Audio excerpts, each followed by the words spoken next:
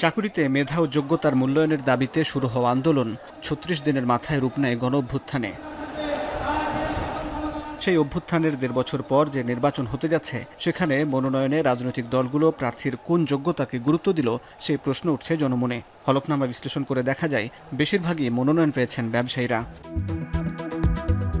২৯২টি আসনে বিএনপির মনোনয়ন পাওয়ার তালিকায় ব্যবসায়ী ১৭০ জন।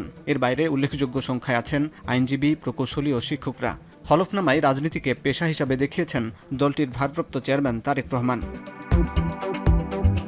হলফনামা অনুযায়ী জামাতের ২৭৬ প্রার্থীর মধ্যে অন্তত ১৪৮ জন চাকুরিজীবী, যাদের মধ্যে শিক্ষক অন্তত ৯২ জন। এর বাইরে আছেন চিকিৎসক ও প্রকৌশলীরা। ১ দশক আগের কথা আমি এখনো মাথায় রাখছি না। ব্যবসায়ীরা মনোনয়ন পেলেও অধিকাংশ ক্ষেত্রে তারা রাজনীতিবিদ। তবে রাজনীতি না করেও অনেকে দলের মনোনয়ন পেয়েছেন, যা বৈষম্যহীন সমাজ গঠনে অন্তরায় বলে মনে করেন এই বিশ্লেষক। ব্যবসায়ী রাজনীতিবিদ যদি বেশিরভাগ ক্ষেত্রে মনোনয়ন পায় এবং এমপি হয়ে আসে, তাহলে নীতি প্রণয়ন প্রক্রিয়াটা কিন্তু সে এমনভাবে প্রভাবিত করবে যেন ব্যবসায়ীদের পক্ষে যায়। তখন কিন্তু জনগণের অধিকারটা থাকে না। এটাই কিন্তু গত ১৫ বছর আমরা দেখেছি, এক ধরনের অলিগার্কিক একটা সিন্ডিকেট।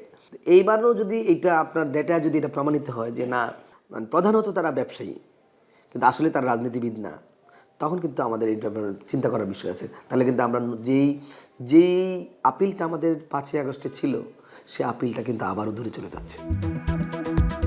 ত্রয়োদশ জাতীয় সংসদ নির্বাচনে মনোনয়নপত্র বৈধ হওয়া ১৮৪২ জন প্রার্থীর মধ্যে ৫০১ জনই কোটি টাকার বেশি সম্পদের মালিক।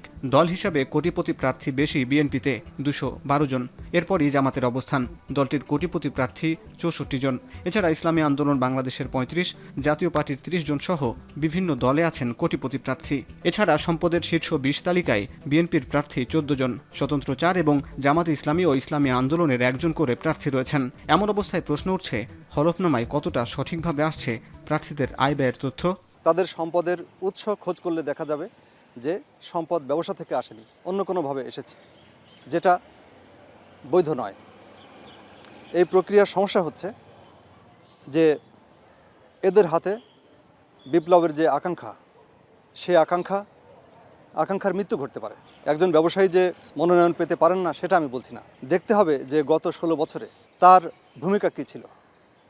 তিনি কি নিষ্ঠুর স্বৈরাচারের চোখে চোখ রেখে কথা বলেছিলেন?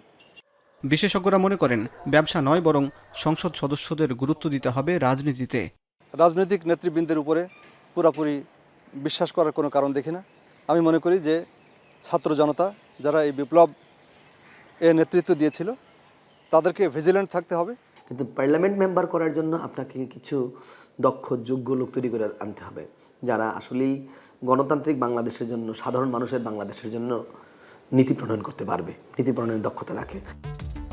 বাংলাদেশে রাজনীতি এখনও পেশার মর্যাদা পায়নি। তবে অনেকেই মনে করেন, পুরোদস্তুর রাজনীতিবিদদের দলীয় সম্মানের আওতায় আনা গেলে রাজনৈতিক সংস্কৃতিতে গুণগত পরিবর্তন আসতে পারে। হাসিব বিল্লাহ, এখন, ঢাকা।